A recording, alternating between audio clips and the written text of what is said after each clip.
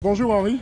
Bonjour monsieur. Donc nous continuons notre visite historique de la ville de Ouidah. Oui. Et nous sommes à la place Tchatcha. Tchatcha, le marché des esclaves.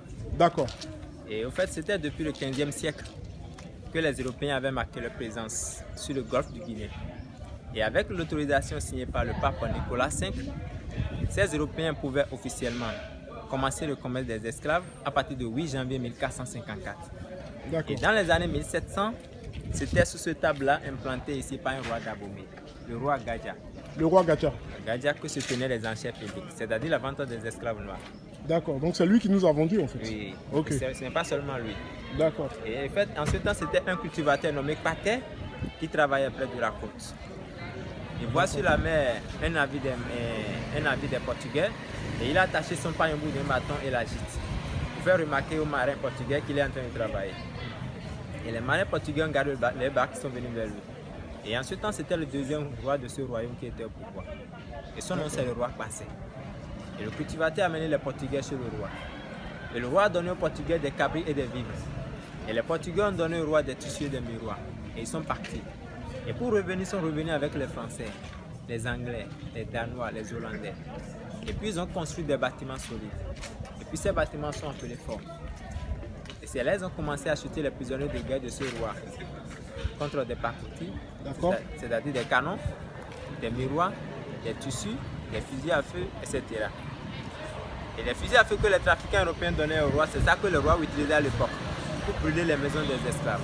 Et quand les esclaves sortaient pour aller chercher de l'eau pour éteindre le feu, le roi profitait de les attraper. Et quand les trafiquants européens donnaient un canon à l'époque, ils prenaient 15 hommes en échange contre un canon ou 21 femmes.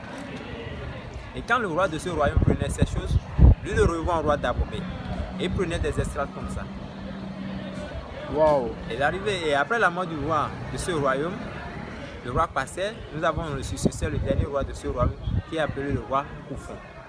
D'accord. Et le roi Koufon, quand les trafiquants européens aussi venaient ici, c'est lui qui prenait les outils. Et lui, le revend au roi Gadja, qui est un roi d'Abomey.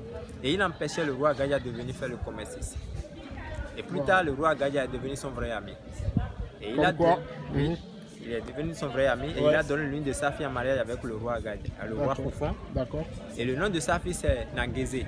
Et Nanguézé signifie je vais profiter par ma fille pour devenir riche. D'accord. Merci pour tous ces détails de l'histoire. Et en ce temps, le roi Koufon avait donné une fausse queue de cheval à sa fille de venir changer la fausse queue, de venir changer la vraie queue du cheval du roi Koufon. Et effectivement, la fille a changé la vraie queue du cheval et elle a remplacé par la fausse queue. Ouais. Et le roi Gadja est venu faire la guerre, conquérir la guerre avec le roi Koufon. Et le roi Koufon a pris la queue et puis il a balancé, ça n'a pas marché. Et c'est comme ça que le roi Gadja a profité pour tuer le roi Koufon. D'accord. Alors moi, ma question, pourquoi place Tchatcha? Pourquoi ce nom? Place Tchatcha, c'était le roi Guézo qui avait donné le Tchatcha à Félix de Souza. Le Tchatcha, c'est quoi? Tchatcha veut dire vite vite. D'accord. Vite vite parce que au temps du roi... Comme on dit aujourd'hui, chap chap. Chap chap. Ok, ça vient de là en fait. Oui. D'accord. Parce que le roi Tegbessou, il est le successeur du roi Gadja. D'accord. Quand le roi Gadja est décédé, le roi Tegbessou est venu au pouvoir et lui il a refusé de venir rester ici. Ok. Et il a mis un représentant. Et le nom de ce représentant c'est Félix de Souza. Félix de Souza, oui. Félix de Souza, il est un Portugais. Qui est un de mes aïeuls aussi. Il est un Portugais, le roi l'appelait Yovogan, qui veut dire les chefs des Blancs. Donc quand les trafiquants européens venaient ici, c'est lui qui prenait les outils et lui aussi gagnait 60% de ce que les trafiquants européens donnaient et il donnait 40% au roi. Waouh. Ouais. Donc quand les trafiquants européens venaient, il les disait de vite donner ce qu'ils avaient amené dans la rencontre. Il les disait tcha-tcha. Ouais. Qui veut dire vite vite. D'accord. Donc c'était en ce temps, c'est peut-être pourquoi le président de Séphore Soglo avait changé le nom tcha-tcha pour le marché. D'accord. Okay. Voilà la maison de Félix de Souza. D'accord, on peut y aller? C'est une maison privée aujourd'hui. C'est une maison privée, oui. D'accord, oui. D'accord. Et vous avez des murs, vous avez des canons dans le mur. D'accord. Et ces canons coûtaient déjà 30 hommes ou 40 000 femmes à l'époque. Wow. Ça symbolise ce que les trafiquants européens amenaient à l'époque pour troquer des esclaves. D'accord. Vous avez encore une maison. Vous avez encore une maison verte là-bas. Oui. Et c'est une maison des Assomptions et ce sont les forgerons qui vivaient dans cette maison à l'époque. D'accord.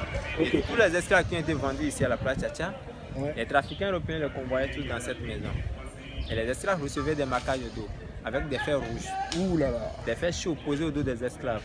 en écrivant le nom des trafiquants européens qui étaient venus acheter les esclaves ici. Et puis arrivé en Amérique, chacun peut distinguer ses esclaves. Et ce macabre était douloureux pour les esclaves. C'est difficile à entendre, mais c'est la triste réalité de l'histoire, malheureusement. Oui. Et après, il fait sortir les esclaves devant le portail enchaînés l'un derrière l'autre. Même les enfants aussi sont enchaînés ensemble. Et ils prenaient la route là jusqu'à aller à la côte de Nord. Donc la route là est appelée la route des esclaves. Des esclaves. Ok. Maintenant, nous nous dirigeons où? Pour la suite du trajet. Et au niveau de l'Arbre de l'Oubli. Merci beaucoup. L'Arbre de l'Oubli. Mais avant d'aller au niveau de l'Arbre de l'Oubli, nous avons quelques statues sur le chemin. Et ces statues, on parlait un peu sur ce que les rois ont fait à l'époque. Tout à fait, donc, merci. On va faire l'explication de ces statues. Ça marche. Merci beaucoup pour ta disponibilité et tous ces, en tout cas, renseignements sur l'histoire. Merci beaucoup. L'histoire donc de Ouidah à travers donc l'occupation coloniale. Nous te remercions encore une fois. Merci.